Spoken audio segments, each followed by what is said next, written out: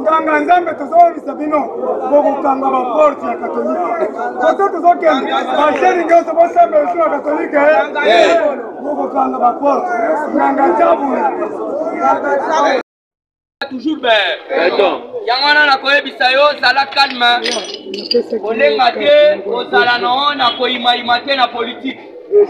Politique oyo toza kosala ezali politique ya Papa Etienne Tshisekedi wa mulu. Kanga tigela biso oyo tobengi slogan munene oyo tobengaka testament.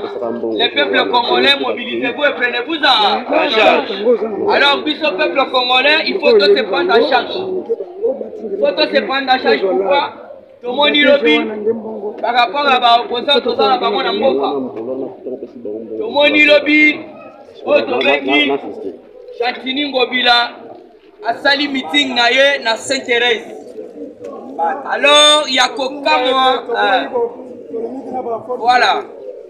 Yakokamwa tomoni awa na kati ya mboka bacha komo sala misala bangubila bazo ngo tolo botolo bate. Elenga sesa ngubila sali yango. Buisko toko bombo toko panza. Akei koloba na meeting na yeke na bilan na ye ezali positif. Est-ce que biso peuple congolais ndeto koloba bilan eza positif to eza négatif? Parce que lobi elenge ça akei koloba sayo donc baso ça merci président. Chantini Ngobila nde mutasala ngo. Mutu bakumisaka ye eza teke yo moko mikumisaka. Lobi a créé maman embouteillage na kati ya changu. Na sa webisa bino lelo to sera lisusu ba opposant o baza ko se prétendre ba opposant makasi. Ba soi-disant. Lobi si bango c'est vos sentir. Puisqu'ils ont mal choisi l'adversaire. Lelo il faut oyeba oyo kasiko meeting ya Martin Fayulu ezalini nini. Rien que me autobengi un tribal. Kobina.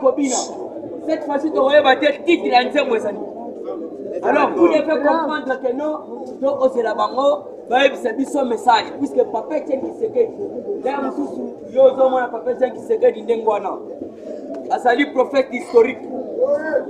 Papa Etienne Tshisekedi Azali prophète historique.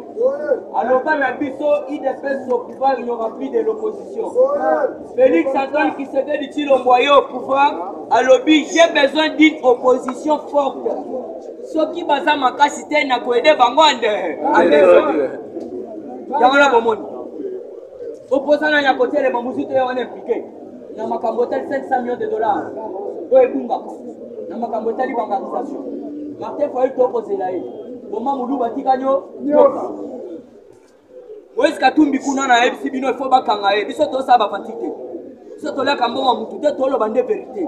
État de siège prôné par le chef de l'État. Yo kendo yebi sabatuba bimadibanda ba saboter yango. Attends moi vraiment. Mais parce que on ça bino information bino bo so la LGT. Il faut aussi information bino oyo au sali comparaison. Bango balo ba ke état de siège longwa. Mais ba FDC ba ko kende ko kanga min ba ne ko ba député. Il est presse vivant. Yamana papa mboso kudia kwanga. Na chama kabunda bazaki na raison. Ya koloba keno na kati Assemblée nationale nous avons beaucoup de mboro. Azalaki na raison. Muto bolandi o bakangi kuna ba yebisi bino. Pili Kambala secrétaire général ya INC. Le kinali propre. Bakangi à part nan o wana lobi na yebisaki bino mama moko asali 27 ans na kati ya mouvement ya AD. Mais autochtone originaire ya Est. Na ba konya ba machete ba mbeli. Pona ko bongo bande ko na yo moko. Mais chef de l'État tali en tant que garant des bons fonctionnements des institutions et puis le magistrat suprême. Alors il va couper pendant beaucoup de années. Alors pour intervenir, on a faut état de siège. Parce que comment on a mutozo qui de côté l'état de siège. To yebisi bango bakeba. Bokonjo Papa Etienne Tshisekedi a yebisa biso. Lorsque vous verrez les forces étrangères sur les sols congolais, vous voyez que il ne peut se prendre pour la libérer, la libérer.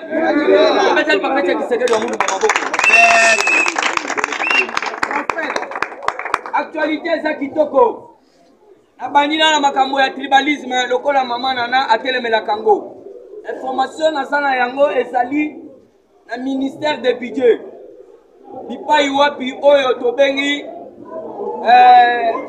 mutu na biso ya INC Jean Baudouin Mayo, merci.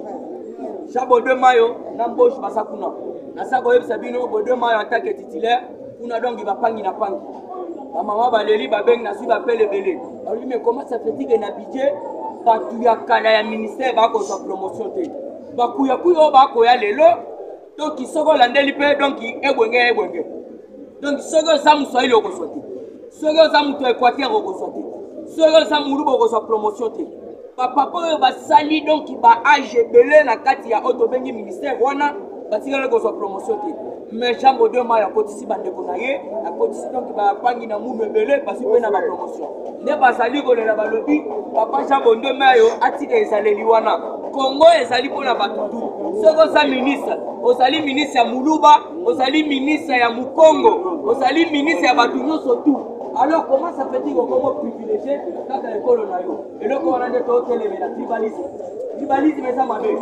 bamama na bapapa ya kuna baleli alors toujours na kati ya information olandi bayebisi bino mama Mbushimai muko tombola za aigle fatibe il faut boyebaki ya za aigle Mbushimai bipai wapi baza koreklame descente ya fati ezaka bango bazonta bapesa ngo kombo ya Félix basala basermoni basoda yango balobi akozwa te Chilombo akozwa te akotikala kozala président est-ce que basi batatola lelo Félix aza président te sikoyo bolinga kita mai ezalaki na Mbushimai te courant ezalaki na Mbushimai te président Gilles autaki Mbushimai aleli bana bazolela nshimeshima mais pour votre information 500 camions bloqués na Mwanabiki donc mi-conteneur ya masango ya oyo tobengikani ya makase bien que ezokita kuna donc ezokota na Mbushimai puisque banda kolela oshi bapesi bango shi mukotomola yo kaka so bino bolukaki yo zolela solution ezate il faut solution epesama leka so ya kotala yo olie libumu etondi mai ezo donc ibima na oyo tobengi robinet ozopela mwinda nde mukotomola kokita epuis il faut bato wana batatola bato bazwaki ntaba bapesa nkombo ya Félix akozwa te je vous dis makambo solo soki bolingi bozwaka information po tuna ta mama na memoire oyo tuna yaza te en présence ya ye moko bayebisi ye histoire vraie bayebisi ye donc tolobo toloba te nayebiso moto azwaki tabango il est père c'est viva nayebiso bato yango basali papa leki yango ikasa balobi bakwaka logi soki bakwaka logi baswa taba apesa kombo Félix basala baceremonie basota bandango donc nazo webisa bino fétiche toyebisi bango Félix en tant que secret du Chilombo sera toujours combattu mais jamais ça va il faut battre puisque soga kiti bakokufa nde et puis naza webisa bino le jour bayoka crash ya bien salama côté na ya komisa chauffeur donc c'était en octobre 2019 avion oyo ekufaki atonofu wana nazoyebisa kuna na Mbushimai feti naza koyebisa bino epa bakwaka lojwa asa kosepela alors naza koyebisa bino Félix n'est pas n'importe qui atindaki mama nana ayebisa tous les peuples kassayen bazala calme na mois d'octobre d'ici le 14 et 15 akobanda visite na ye sur l'espace kassayen donc azobanda ngo fatiasa il est traité et puis aza précédé asala kaka sai te selon mikanda baeli songe bandu bife bonga liboso ya kasai bandu bife bonga soki ke kuna na pa ikongila usot na bokato bife bonga avant Mbushimai bife sala jamais akosoke batu wana po yesa président kuna bolela kinzala boti boloba kinzala nsala nazo yebisa bino 500 camions misusu eza na kati ya koya mosusu eza na kati ya koya tamazo boyoki ya tombe bacote de porc bachechat encore des semaines pour le monde des peuples congolais quand des présidents jaïb sarabino beaucoup sumbande soko beaucoup na bande kona biso na autre information mususu bateli sur site mususu ya bukangalozo na Pascal ba oya Pascal pe bateli bino yango bateli bino site mususu kuna auto donc 5 moko ya masangu ete kama na bisu à part nan oya liberté donc mususu ezo tala to ende malembe yo soko mona te tala nanu esengo muko tomola salaki nango na stade yasa kotala te Asane sengo pourquoi? Ba minoni surtout ba chinois bazo ya botoli ngande. Ba dédoubler des salaires ba ndako sala na fonction publique ekufi ande. Ozo je rappelle élection na koyebisa mbongo si ça. Et ça nango déjà. Alors na comme le policier parole te makambo ya élection na moni lobi artiste Kofi Olomide. Alors oui, on peut na comme président ya Seni puisque nga na yibaka te papa na nga la kisanga ki moyibi te. Na kopesa bino président oyo akozala eli. Vous devez comprendre le dossier à Seni jusqu'à présent. Toujours pas de consensus. Banganga Zambe Bayokanite. Alors Dodo Kamba, très fâché. Alors, l'Assemblée nationale, bateau yo baza ko tarder. Yo bimisela biso PV to pesi yo combat mutuana. Siko côté ya Bechole, baza lokola na double combat. Côté ya gratuité, côté pe ya sec. Tanana le Christ catholique. Ba komi na double combat. Côté pe bakuta ina Tony mo bakasa.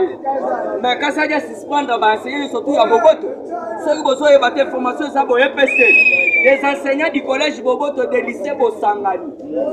Désactiver des fiches de paie du SECOP pour avoir séché les cours sans motif. Na Boboto Sangani. Yoka bakomo kitoko. Boboto ekomi Boboto te ekomi Bondo. Bosangani eza Bosangani te ekomi Topanza. Tokaboni Topanza. Tokaboni donc mona na mona be. Mais oui, yoka siko ba désactiver bango. On a séché cours sans motif. Pour le babosu mongo te tala siko papa Tony Mwaba. Alobi cela veut dire que yo so lingi ko pesa bana cours te. Biso tozwa nouvelle unité na biso tocha yo wana pesa bana kuwa banda kozwa mbongo wana EDD kanamba tikala kosala ngote ya kwa kobakisela kabino tosiki wana te bosi 40,000 ane ataka tellement soke le tosi 40,000 to bakiseli bino mabeza wa ya yo église catholique mais yo ka déclaration banganga nzambe IDPS viva ambongo akomi kosala ba déclaration ya kanda yo ka tolo bate ona makambo ya grève ba enseignant ya église catholique basali grève. Papa Tony Mwaba a réagi à l'objet, selon ma sanction à Kopesa, à Kodongola Bango na liste, mais yo Kambongo. Il est PSV viva. Pour grèver aux écoles catholiques, on ne peut pas intimider quelqu'un parce qu'il a fait la grève. Cardinal Ambo. Est-ce que papa cardinal bana ba na classe? Est-ce que ça malam? Ça malam te? Mais papa Otobengi Tony Mwaba, tandis que non, enseignant Bazokimbo. Comment puisque tindaki équipe d'enquête débake bakuti na Boboto na Bosangani bana basa kotanga te ok baswa kimbo yango na sikozo mona na minute Fati très déterminé à comprendre donc Fati a sa vision mususu konekana papa Tony Mwaba tala bien Félix Antoine Tshisekedi Atali il y aura toujours des combats puisque ce sont des écoles conventionnelles car alors pour me faire il faut ngana tchaba école ya l'état etika la libéra pour na libéra bana batanga ko fe yango to sengi na muko tombolo école moko ipai wa problème inako na auto bengi Kimbuta ya André batangela otuna sango mutombo Israël asakuna akola kisabino nasako yebisa bino école wana ezali na auto bengi na dafil omoni ba bambu donc ndenge batiaka na bamboka l'école place oyo to bengi Kimbuta tangela na obeminako ils ont oublié leur origine mok école bango batangela banda kwandele moya bandolo banda kwandele donc école ndele soki bana bata donc mule beti bana bakotanga te école nzete mais naza koyebisa bino muzitu azalaki premier ministre papa Trankizenga azalaki premier ministre muzitu wana sotiaka blablabla ake osisa nanu kuna na bapa ikongi na baekole nyonso tu eza donc ya lambo alors naza koyebisa bino Fati très déterminé alingi koyoka te côté ya éducation basabote éducation puisque éducation ya bana wana nde bakozala bakonzi ya lobi mais comment ça peut-il l'église catholique eza koempêcher bana batangaka te à cause ya ba haine polongwe na makambo ya auto bengi senko ya ba seni pokotisi yango siko na baekole okuna bamoni te bazudi ya zero oyo ya bakoka te bazudi mutu biso moko tobanda kogera alobi tokobotola tout donc biso leta tobanda kolandela siko yango alors mpona ke kosite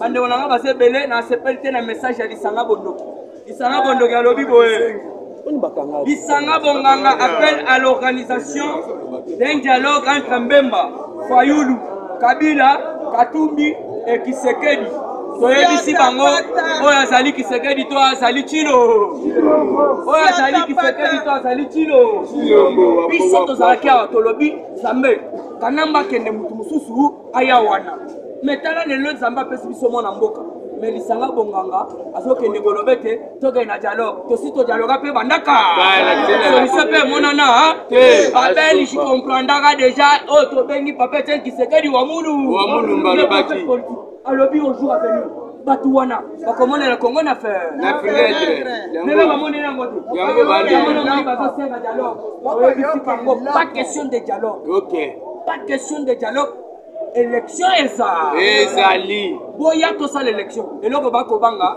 jusqu'à présent IDPS viva ana candidat basala candidat alors pona ke kochite alors pona ke kochite abe chole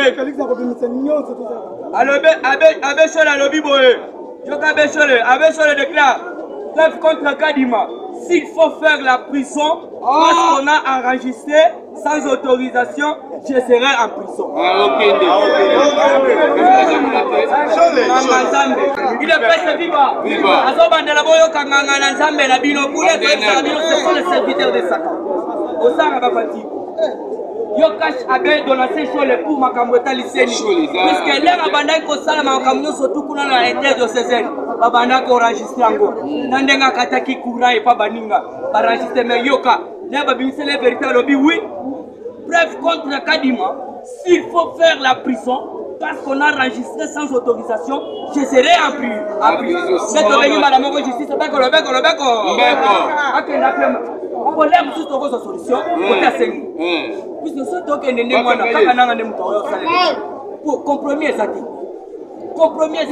Alors pour acheter bande financement, finance publique, papa Gilles Alengeta Zosala Moussala, la patrouille financière de l'IGF et le parquet général près de la cour d'appel Kinshasa Gombe vient de récupérer et reverser au compte de l'État une somme de 1 250 000 $ sur les 2 200 000 $ détournés au ministère de l'Agriculture. Ministère de l'Agriculture, il y a 2 200 000 $. Mais Gilles Alengeta Tamana Mobile, Alandela Lembi, il a récupéré son motobengi 1 250 000 $. Exondi na kesa l'État. Alors vous devez comprendre que non, Gilles Alengeta Azali Abisso. Alors, on a fait l'information pour la Baninga. Le président de la République, Félix Antoine Tshisekedi Tshilombo, est attendu en Israël dans les prochains jours sur l'invitation de son homologue Isaac Herzogak. Donc, nous avons bientôt à Kendena, Otobengi, Israël. On a un élo, dans ce qui va dans la zone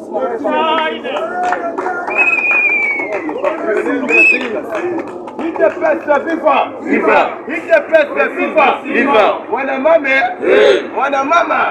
Mambu maso! Alors bolona ki na lobaki bien. Oyo batu wana bazosala pona Kadima, bazovize Kadima te, bazovize nde chef de l'État. Na lobaki na bino ata balongoni Kadima batie Yesu Kristo na place na ye bango bakobaluka. O Yesu wana tomoni epe na kacha ide. IDPS viva! Ne aza wana bayebi deja Nakadima zala te élection yango mutu akokanye Fatibe. Siko nde baza wana mbongo na bango ekangami bango na kingo. Oyo baliaki na ngambo FC. Oyo tobengaka ngo bolie mwamba ya bampu. Ko batu wana baza makasi na mwamba bampu. IDPS viva! Nde kangami bango na kingo. Alors combattant, il faut comprendre. Fati attaque à chaque état de siège wana pamba te. Lobi Bolandi un député à côté prison kuna IDPS viva. Pour gouverner yanda qui va lobaki en état de siège makambo militaire ezalaka. Député bakangaki ba côté prison. Député wana salini. En plein état de siège ya zo sala meeting. Ba ekaka likolo batomboli na malé. On a ça na humilité ba bataille munduki na humilité pour la mort. IDPS viva. On s'arrête dans l'état de siège. Kavira, après arrestation ya Kavira, Moi, si on voit qu'il y a 50 électeurs, à quoi il faut la vérité? L'objet de la vérité mort. Attendez collaborateur n'a rien moussou, oh balobi, donc c'est bon mentir, il y a ADF, il y a pas kangelo. Na Congo ya monsieur Mumbere Tanga, mais comprendre pas comment les anajos kanyango, comme la moi quoi ma. Il est pas ça viva. Maman wana kavira sala ka 23 ans. Mais oh bakangi lobby a bien ça dit 5 ans ADF. Mais il y a ça primo da, il y a mtauto faire la dernière attente. Ce que moni mutazo luketa de siège et lomba c'est-à-dire azando. État de siège wana ko be bisako ya bato belé. Ya moni na gombe ya ba immeuble belé pour essayer les tirali kaka ina chene. Quand bikuna na STC. Ni de pesa viva. Na yabisaki bino. Kolanda SCCT na Senko. Soko si na SCC bokundo wana seko ambo. Soko sakisi bokundo wana ambongo ezo pesa to lukambo. Vile pesa viva. Wale sagiste kaka mélange ba kombo miba. Mibale. Bokundo wana ambo. Epesi ni to lukambongo. To kundo lambo. To kundo lambongo. Alors oyo bazo lukambo. Le président Zassage, il y a sa demande, il va coûter un an, il y a un muta. Bolo bakase des indépendants, ndeni makambase ni boya chef de l'État.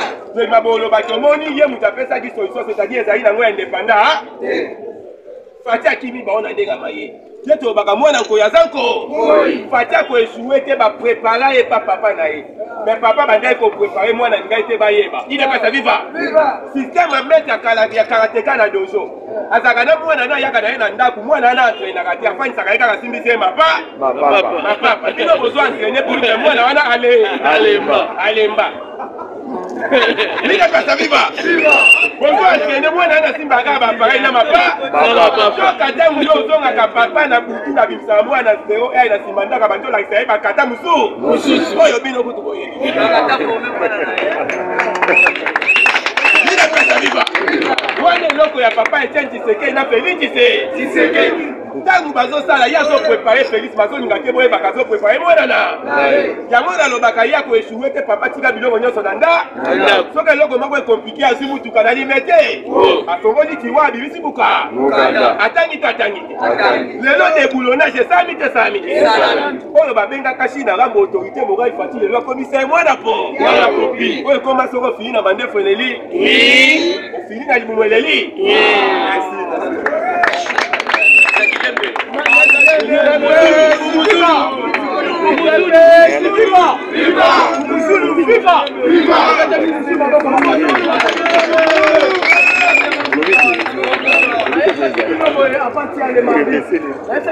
Fati est en colère.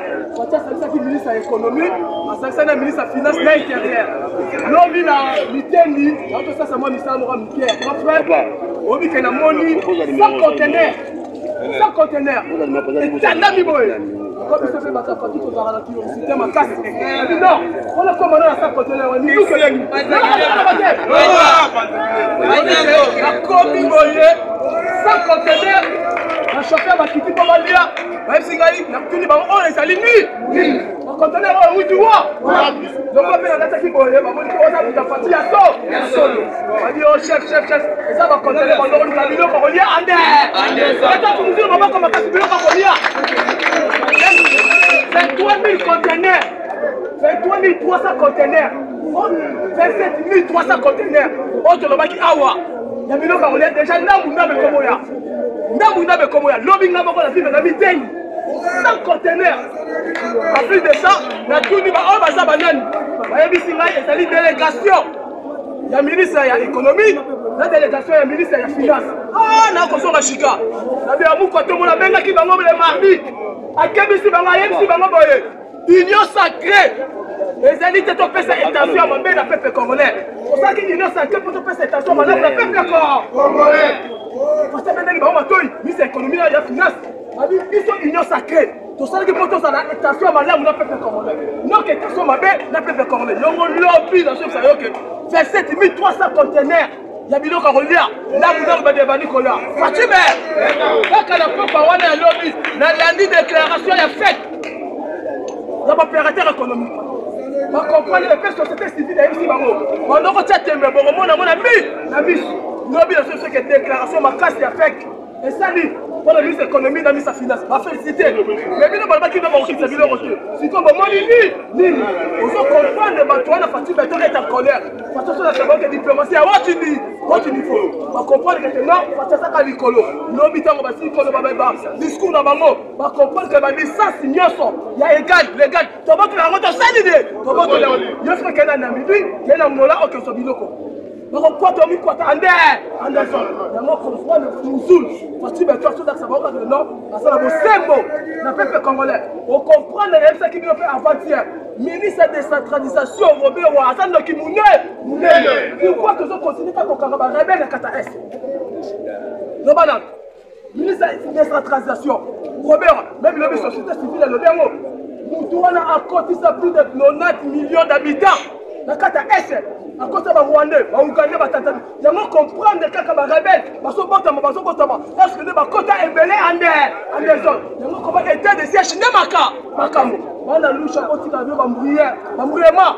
Moïse a son constamment le recours de Pamba. On tout ça dans le temps de peuple d'abord. On dit que dans le chapeau qui a l'état de siège. Mais tu as vu si Bango, Moïse Katoubu, qu'est-ce que ça t'a fatigué? T'as fatigué. C'est 50 rebelles. Et puis quelques rebelles. Parce que quand on se la boutou deux fois, donc on comprend que le ministre de la décentralisation est solo. À cause de ça, il rebelle un dégât des hommes. La Kata S. Et vous comprenez que notre Fatime est à comprendre déjà. Diplomatie dans Bango, négociation qui n'est pas négociation. Yango wana au monde lobby. Nous partons toujours. Je parler qu'à toujours. À solo. Si quand on peut savoir même information à ta moukier. On se dit que la Katambo à la bino, la Katambo à la biso. Non, qu'il y a pas rien, non, qu'il y a pas non, nous sommes d'abord en des zones. Il y a moins de comprendre. Nous sommes un parti politique haut. Bazana bango va poser ma parti politique haut. Et ça ne m'a pas dit bango va faire du pas. Au lieu qu'il veut bien fournisseur, secrétaire général de la Cameroun. Ma parti politique haut. Il y a moins de rabais. Millions que sont le Canada Est. Ma commanditaire na mo bazala kisasa a nana bato na bate nana bato na bate ma commanditaire na kata est facha ko bulu pepse ba kati na bango bato bato sa ba king na bango na kata est baza awawa on a déjà le parti ya Cameroun et puis ma rapport ça c'est vidéo et puis moi ça il faut comprendre bato wana bazala idée et puis parti et puis perdre donc la vie deux partis on se fournit qui est là ma biloko na kata S et ça ya caméra et ça peut perdre. Vous comprenez? Il y a moi comprendre Nkontamboka a yebi bio et pas comprendre pas politicien parce que va politicien même moi Martin Fayou lobby ba lekina Nico Balader peuple congolais et lobby et loko au système de Martin Fayou on se continue de l'eau il y a des morceaux et ça un tribal nami bae because asa na hypocrisie moko ya pindoki Martin Fayou la bataille la moi comprendre ba yebi sie terrain c'est terrestre et comme la terrain à foot makama meeting ya bo bakele kama moi toujours beta makula et bandi baso bana basi classement à 5 kg bana basi bana foot ti ba 14 ya libali ba 14 ti 18 ba kolela là ba tuna ngulu na ba tuna mais ba kolela moi je vois la bandoyo et c'est pas to kopina bango c'est très dangereux parce que déjà en autres yango comprendre biso oyo kotika mukotamboka te et faut soutenir Fatime en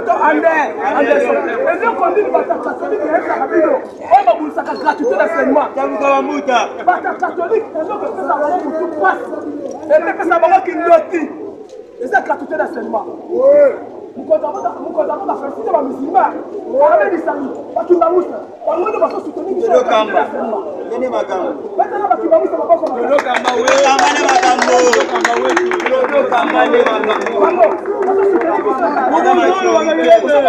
mais si quoi catholique on y a même ta catholique wana on financer ba mongo na bango aso pesa ba mongo fa ba syndicat ba syndicat ba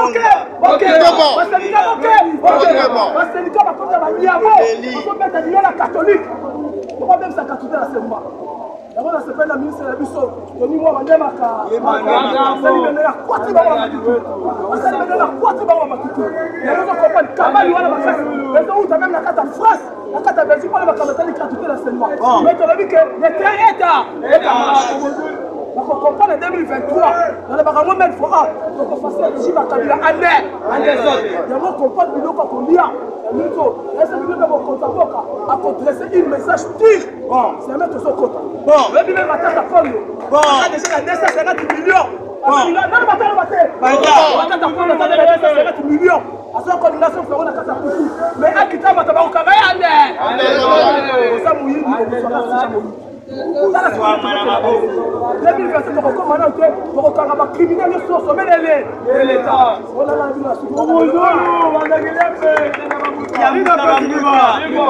na yango tolobi boye bandeko na biso nyonso tosoutenir Serge Bakuma directeur général ya Institut national de statistique de père et de mère azobanda identification il faut mutu nyonso azwa carte na ye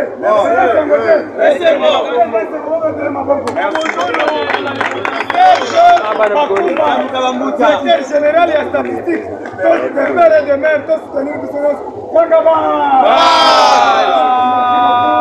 cordon notre cordon IDPS vivant vivant IDPS vivant vivant IDPS vivant vivant 17e discipline nationale président de la République le peuple de l'Europe. Très bien, merci beaucoup. Le Parlement debout. Le Parlement debout. Le Parlement debout.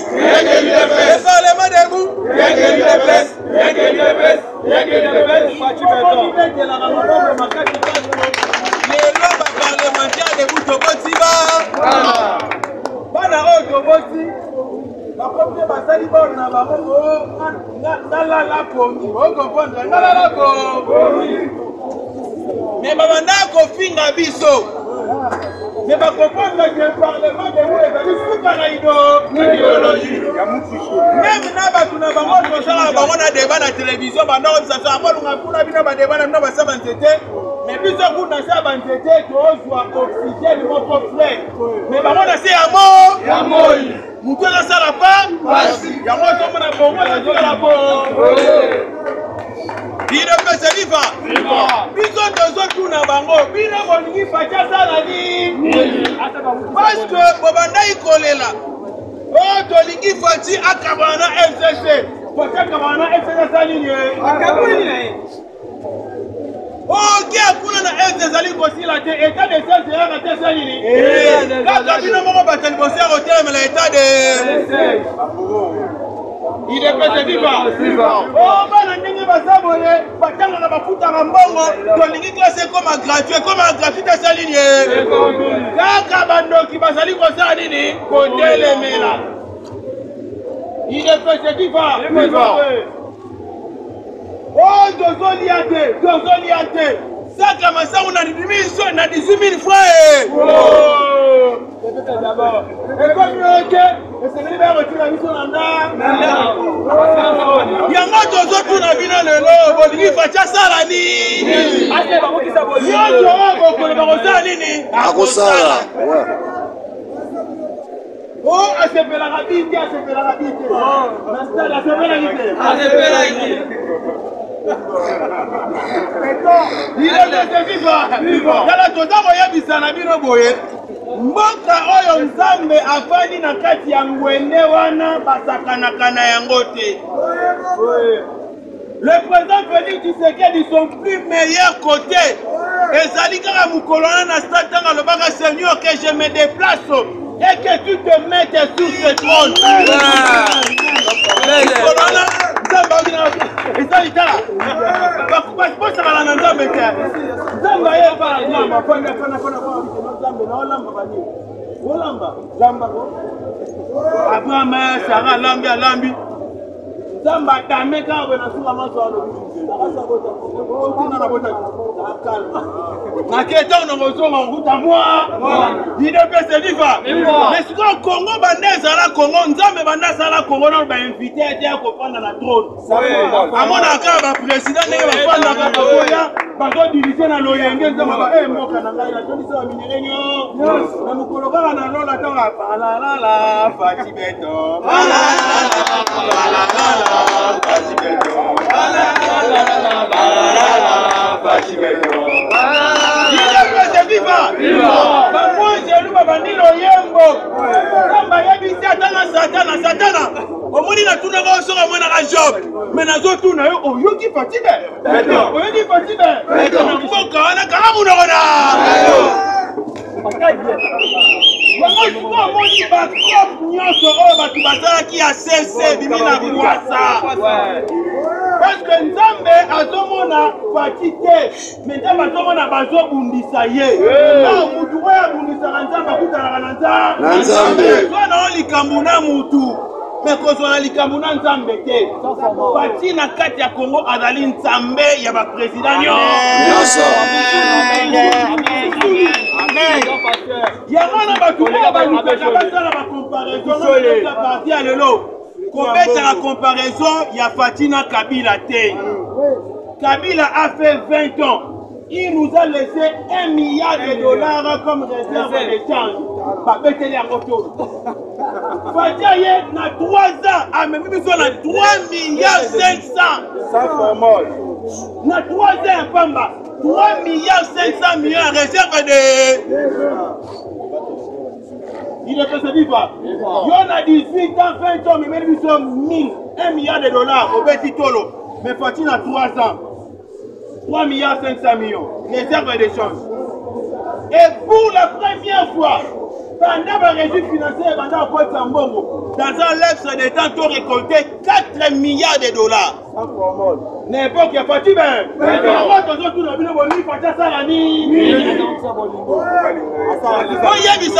Bolinga sala, Fatia Rosala ya.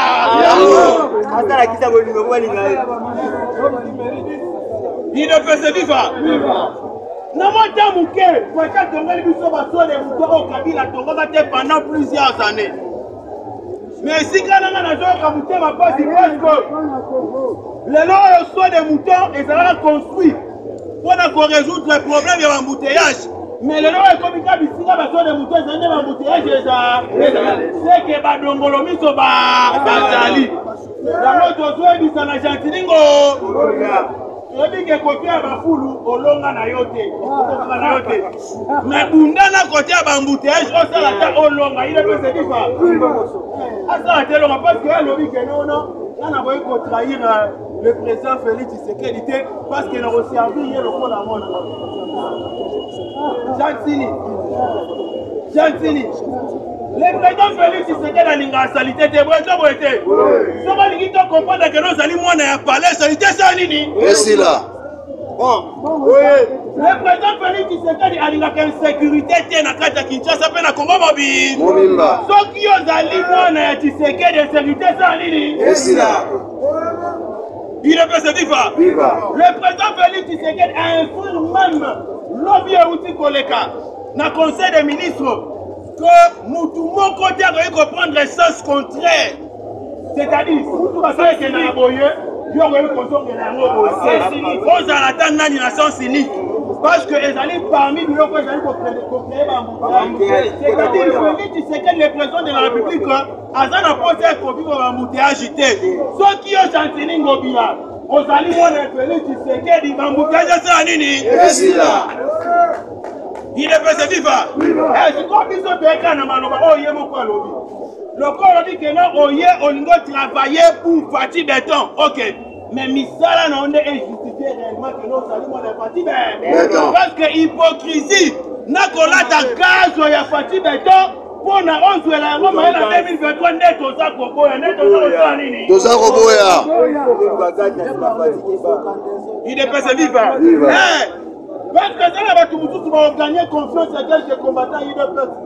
J'ai eu même des larmes aux yeux. Je vous dis que j'ai eu même des larmes aux yeux. Je me demande s'il y a certains combattants qui maîtrisent très bien la politique. Nous avons souffert pendant 37 ans. UDPS dit pas. Toboy alliance et Toboy Moutouté. Mais sur l'alliance, il y a Kana Batounoé par la biso. Et non Batounoé par la biso. Là, je parle en tant que cadre de l'UDPS. Et l'un des cadres est un collectif du Parlement debout. Il y a un qui sera toujours. C'est moi qui ai créé ce slogan, le Parlement debout, rien que l'UDPS. Parce que la Liganata, ils ne savent pas comprendre si quand ils ont la l'UDPS, et quand ils ont on ne peut pas trahir à cause d'un billet vert. Vraiment. UDPS qui va. Parce que derrière Bissopé, et quand on a pas nous, il y a Bissopé, il y a Bissopé, Bandeko, il y a Bissopé,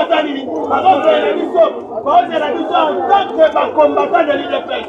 Et en 2023, on doit propulser le chef de l'État pour son deuxième mandat, mais aussi on doit donner la majorité au chef de l'État.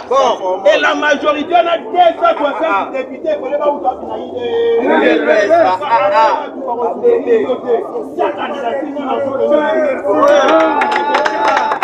il est passé viva. Et l'équipe n'a 2023 parlementaire de vous à côté de la siège. Sans polémique. Il y a certains députés qui ont l'équipe président Jules. Et l'autre côté, l'équipe a pour l'autre côté, l'équipe a bien combattant dans l'idéologie. Mais aujourd'hui, grâce à Rosanna, donnez-nous les moyens. Vous pensez que c'est Nini? Nous avons la possibilité de mobiliser même Kinshasa Mobimba. Des moyens. Il y a moi benda. Nous, la volonté. Et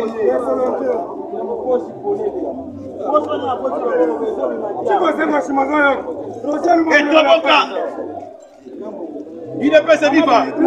Il faut révolter, parce que le président de la République est en train de faire un grand travail.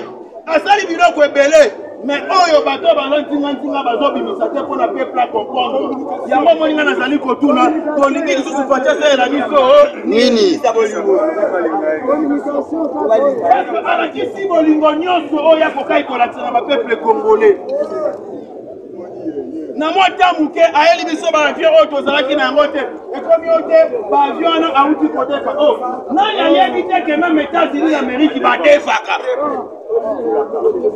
pays nyonso d'ailleurs pays oyo se sentira capable yango nde edefaka. Il est passé vivant. Oh, avion, mais l'avion n'a pas défi en haut. Et ça a été pour la partie mouta voyager en haut. Un défi en haut pour la bonne, il y a peuple qu'on a tout le monde à Zolandangaï. Nani nanu a défaté la vie naïe. Nani a défait la balle na été libre pour qui a défaté, a descendu. Nani a défait la table pour qui n'a été.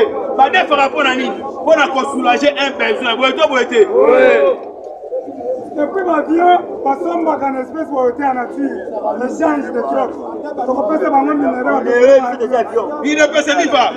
Fatina moi tamuke atombeli biso bakis. Toto tuna bino bolingi fatia sala lisusu nini. Fatina moi tamuke atongeli biso ba pont. Atongeli biso ba mzela au Kabila n'avait pas fait pendant 20 ans. Toto tuna bino bolingi fatia sala nini. Il ne peut se vivre. Batrin, balisé à son. Massangu à Kitisi. Bon. Ici, et puis Massangu, on a un adama qui a un bisabino. Voilà. On a posé là-bas pour la base de la bisabino. Massangu, on a son damango. Aussi ça boule à boiter.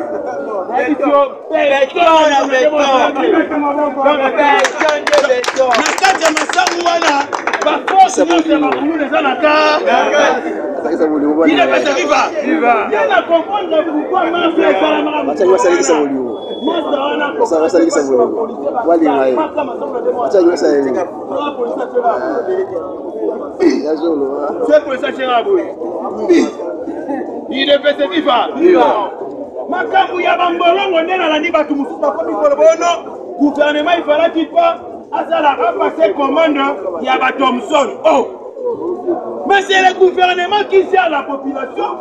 C'est le gouvernement qui laisse la population. Le gouvernement a collaboré na FEC, Fédération des entreprises. Maintenant, le gouvernement a eu un système de table rase. C'est-à-dire, parce que c'est comme ça que le gouvernement a un rapport pour maîtriser l'économie. Il y a un rapport pour casser plus sur le marché. Alors, vu le temps, IDPS viva. Parce que la santé est bandé. Merci beaucoup.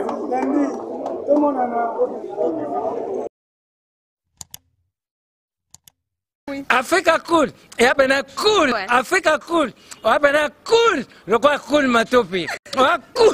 La chaîne Nabiso Africa cool. En tout cas, la chaîne est bien, et puis vous êtes très rapide. Ils sont très rapides, et la chaîne moko, bako ça a bien confiance. En tout cas, nazo senga na bato oyo nanu ba souscrire te bazwa. Donc, eza vraiment neti oyo balobaka ke boka lelo, lamba lelo, lia lelo. Donc, eza kitoko na sepeli na bino, na sengi na bato nyonso bo souscrire ebele boko zala dessus te. Vous voulez le Congo? Pour que le Congo devienne cool, pour suivre les cool analyses, alors revenez et abonnez-vous massivement. Bobozana Moana. Massivement. Africa Cool. Africa Cool, c'est la destination de prédilection pour une communication optimale. Longo Dianabino Mama. Merci beaucoup. Équipe Mobimba et Africa Cool, bah, félicitations. Et au monde de la chaîne, impartial. Et le rôle de Babino, vous méritez le soutien de la population ainsi que des institutions compétentes.